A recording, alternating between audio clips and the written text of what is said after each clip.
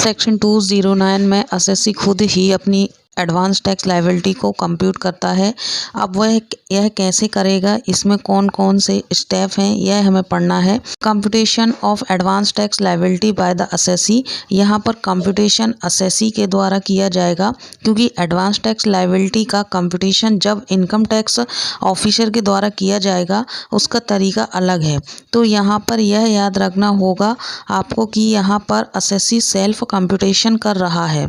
कैसे करना है, पहला पॉइंट जो आपको याद रखना है कि यहाँ पर जो कंप्यूटेशन होगी वह एस्टिमेटेड बेस पर होगी। ये एक एस्टिमेटेड फिगर होगी, एक्चुअल कुछ और ही हो सकती है। अब पूछोगे मैम ये एस्टिमेटेड कंप्यूटेशन क्यों कर रहे हैं, तो इसका जवाब बड़ा ही सिंपल है। आप एडवांस टैक्स समझ चुके हो कि करंट ईयर की इनकम पर एडवांस टैक्स लगाया जाता है। फॉर एग्जांपल हमें जून में एडवांस टैक्स पे करना है तो अप्रैल मई की एस्टिमेटेड इनकम पर टैक्स पेड करेंगे, क्योंकि यह ईयर तो मार्च में एंड होने वाला है। तो इसमें एक्चुअल इनकम अभी कैसे पता लगा पाएंगे? हाँ, एक अंदाज़ा लगाकर इनकम कंप्यूट करेंगे पूरे ईयर की और उस पर एडवांस टैक्स पेड करेंगे। तो पहली चीज़ तो आपको याद रखना है वह यह है कि यह कंप्यूटेशन पूरी तरह एस्टिमेटेड बेसिस पर है, नॉट एक्चुअल।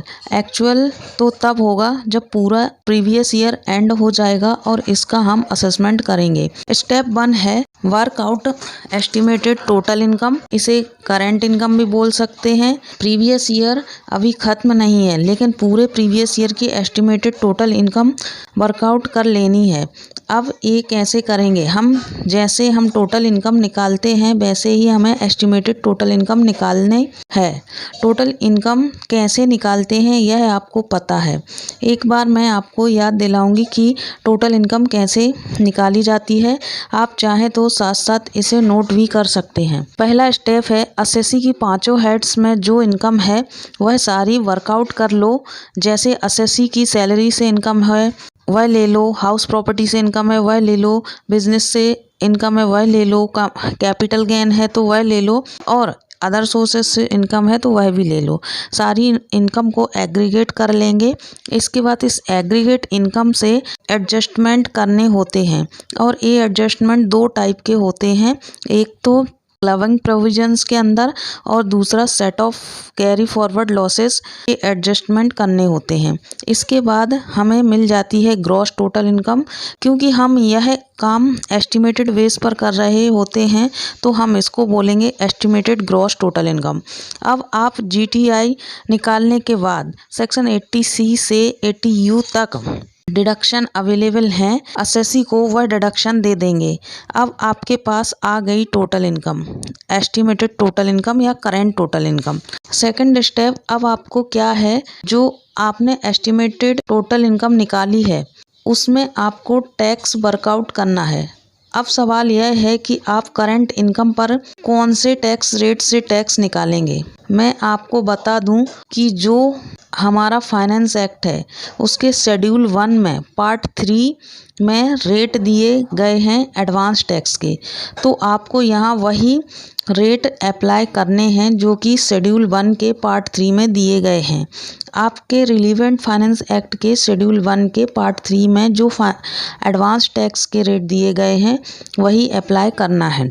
अब फर्दर क्या करना है, क्या ये जो आपकी टैक्स लायबिलिटी आ गई, क्या यही आपकी टैक्स लायबिलिटी है? Answer is no. अभी आपको आगे और एडजस्टमेंट करने हैं।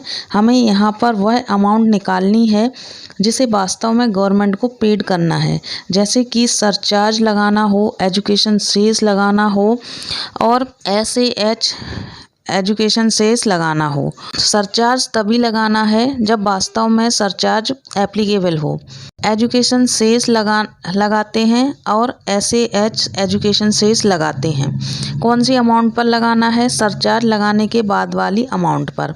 अब आपको ध्यान रखना है कि आपके एसएससी को कोई रिलीफ मिल सकते हैं तो वह रिलीफ भी उन्हें देना है। रिलीफ हमें मिल जाएंगे under section 89, under section 19, 19A and 91 में। इफ़ एप्लीकेबल होते हैं तो ये रिलीफ हमें एसएससी को देना है। अगर आपके एसएससी के पास एएमटी का रिलीफ हो या वह कॉरपोरेट एसएससी हो और उसके पास एमईटी का क्रेडिट है, तो ऐसे केस में आपको मैट या एएमटी के क्रेडिट को एडजस्ट कर लेना है। स्टेप 7 यह है कि अगर एसएससी की किसी इनकम पर टीडीएस या टीसीएस काटा गया है तो वह भी यहाँ पर डिडक्ट कर लेना है। फाइनली अब जो फिगर आपके पास आई हुई है वह एडवांस टैक्स लायबिलिटी है। इतना सब करने के बाद यदि टैक्स लायबिलिटी 10,000 रुपीज़ या उससे ज़्यादा आती है तो एसएससी एडवांस टैक्स पे करने के लिए लायबल है। यदि 10,000 रुपीज़ से कम है तो एसएससी को एडवांस टैक्स नहीं पे करना होगा। फ्रेंड्स, अगर वीडियो अच्छा लगा हो तो प्लीज़ चैनल को सब्सक्राइब कर लीजिएगा। सब्सक्राइब करने से ना तो आपकी जेब से कुछ जाएगा और ना कुछ मेरे जेब में आएगा। बस होता ही है कि मैं थोड़ी मोटिवेट हो जाती हूँ वीडियो बनाने के लिए।